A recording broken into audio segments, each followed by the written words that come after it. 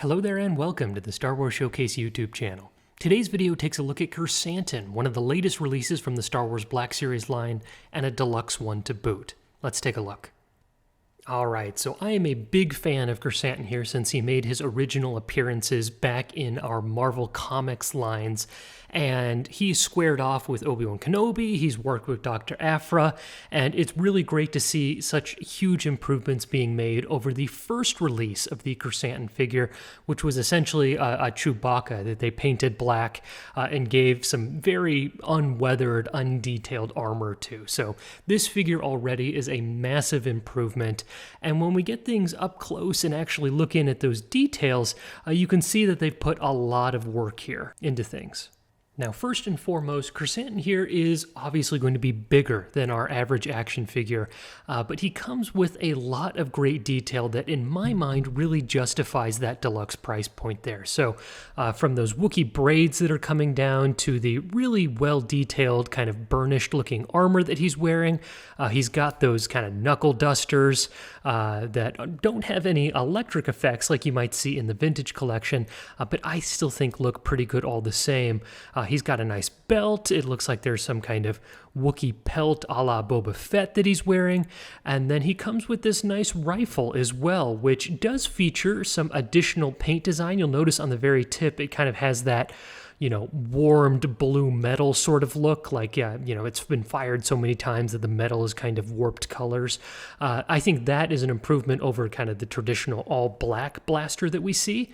And he's got a nice little spot in his armor for that to fit on his back, so he's actually able to wear things in kind of a more passive, standing sort of pose.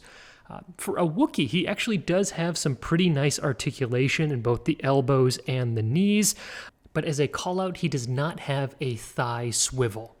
Now, he does have butterfly joints, although given the armor that's over his shoulders here, not a lot of utility to those. So when it comes to holding the big beefy blaster that he comes with, he's not able to get much in terms of an aiming pose out of this. You're definitely going to be firing from the hip, although the figure does have enough articulation that he is able to grip things in two hands. So you're still able to get some nice poses there, gripping the entire blaster, and with kind of like a spread leg pose, you can get that very intimidating kind of forward-facing look from him.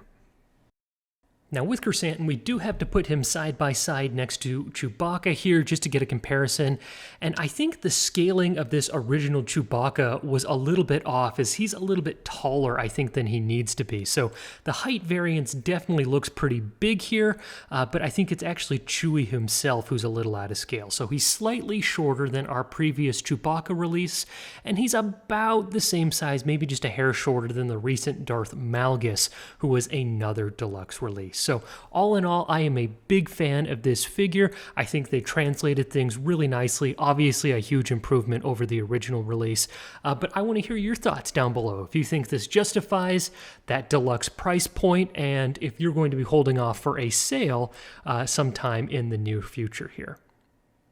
So, thank you so much for watching this video. I hope you enjoyed this. Make sure to check out some of the other reviews up on our channel.